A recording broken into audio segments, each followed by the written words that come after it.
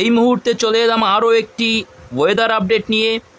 এই মুহূর্তের সবচেয়ে গুরুত্বপূর্ণ আবহাওয়ার বিষয় যেটি রয়েছে, ঘূর্ণিঝড় রেমাল কিন্তু বাঁক নিল মায়ানমার উপকূল থেকে এবং সেটি কিন্তু ধেয়ে আসতে পারে আমাদের বঙ্গের দিকে, এরকমই একটি আপডেট এই মুহূর্তে আমরা পাচ্ছি। এবং এরই সঙ্গে রয়েছে আগামী 72 ঘন্টায় কিন্তু আমরা পশ্চিমবঙ্গের বেশ কিছু জেলায় তাপপ্রবাহ লক্ষ্য করতে পারবো। এবং বাংলাদেশের ক্ষেত্রে কিন্তু বৃষ্টিপাতের সম্ভাবনা রয়েছে। বাংলাদেশের উত্তরবঙ্গ থেকে দক্ষিণবঙ্গে আগামী 72 ঘন্টায় বৃষ্টিপাতের সম্ভাবনা রয়েছে। তবে বিশেষ করে পশ্চিমবঙ্গের গাঙ্গেয় পশ্চিমবঙ্গ এবং পশ্চিমবঙ্গের সমগ্র দক্ষিণবঙ্গ জুড়ে কিন্তু আগামী 72 ঘন্টায় আমরা তাপপ্রবাহ লক্ষ্য করতে পারবো। এবং আগামী 20 মে 2024 কিন্তু ঝড় বৃষ্টিপাতের সম্ভাবনা রয়েছে, বজ্রবিদ্যুৎ সহ গাঙ্গেয় পশ্চিমবঙ্গ এবং পশ্চিমবঙ্গের সমস্ত দক্ষিণবঙ্গ জুড়ে এবং উত্তরবঙ্গেও কিন্তু আমরা বৃষ্টিপাত লক্ষ্য করতে পারবো। সেই আপডেট কিন্তু নিয়ে আসবো। তার আগে আমরা ঘূর্ণিঝড়ের আপডেটে চলে যাব। ঘূর্ণিঝড় রেমাল কিন্তু বাঁক নিল বঙ্গের দিকে, সেটি কিন্তু আপনাদের দেখাবো। আমরা যদি চলে যাই উইন্ড গাস্ট মোড থেকে আমরা দেখতে পাচ্ছি যে দক্ষিণ ভারতের এই যে আমরা 20 মেতে দেখতে পাচ্ছি যে একটি ঘূর্ণাবর্তের সৃষ্টি হয়েছে এই দক্ষিণ ভারতের পুদুচেরি, চেন্নাই এই সমস্ত স্থানের কাছাকাছি একটি স্থানে। এবং সেই ঘূর্ণাবর্তটি কিন্তু ধীরে ধীরে আমরা দেখব প্রথমে উত্তর পূর্ব দিকে এগোবে এবং প্রায় মায়ানমারের সিতুয়ে বন্দরের কাছে আমরা এই ঘূর্ণাবর্তটিকে পৌঁছতে দেখব এবং সেখান থেকে এটি বাঁক নেবে, এরকমই কিন্তু আপডেট রয়েছে এই মুহূর্তে। এই যে আমরা দেখতে পাচ্ছি 23 মে নাগাদ কিন্তু এটি মধ্য বঙ্গোপসাগরে অবস্থান করবে। পরবর্তীতে 24 মে আমরা দেখতে পাচ্ছি যে আন্দামান নিকোবর দ্বীপপুঞ্জের কিছুটা উত্তরে এটি অবস্থান করবে। পরবর্তীতে আমরা দেখতে পাচ্ছি মায়ানমারের উপকূল পর্যন্ত এটি যাবে এবং সেখান থেকে কিছুটা বাঁক নেবে।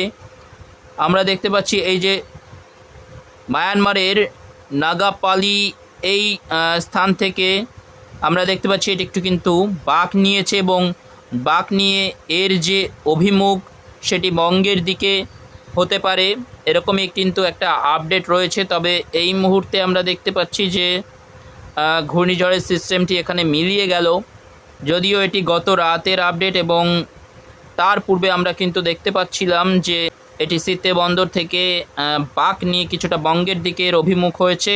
তবে আজকের নতুন আপডেটে আমরা দেখতে পাচ্ছি সিতুয়ে বন্দরের কাছে এসে এটি কিন্তু মিলিয়ে যাচ্ছে এবং এটি আমরা ECMWF ওয়েদার মডেল থেকে দেখছি। এবং GFS ওয়েদার মডেলে যদি আমরা দেখি তবে আগামী 25 মে GFS ওয়েদার মডেলের যে অবস্থানটা দেখাচ্ছে তারা কিন্তু দেখাচ্ছে মধ্য বঙ্গোপসাগরে ঘূর্ণাবর্তটি অবস্থান করবে। এবং যদি অন্য একটি ওয়েদার মডেল থেকে আমরা দেখি ACCESS,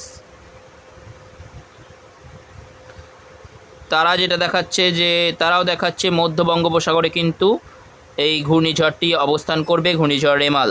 তো এই মুহূর্তে আমরা যে আপডেট পাচ্ছি সম্ভাবনা রয়েছে যে এই ঘূর্ণিঝড় রেমাল সিতুয়ে বন্দর পর্যন্ত এগিয়ে এবং সেখান থেকে একটা বাঁক নিয়ে আমাদের বঙ্গের দিকে আসতেও পারে।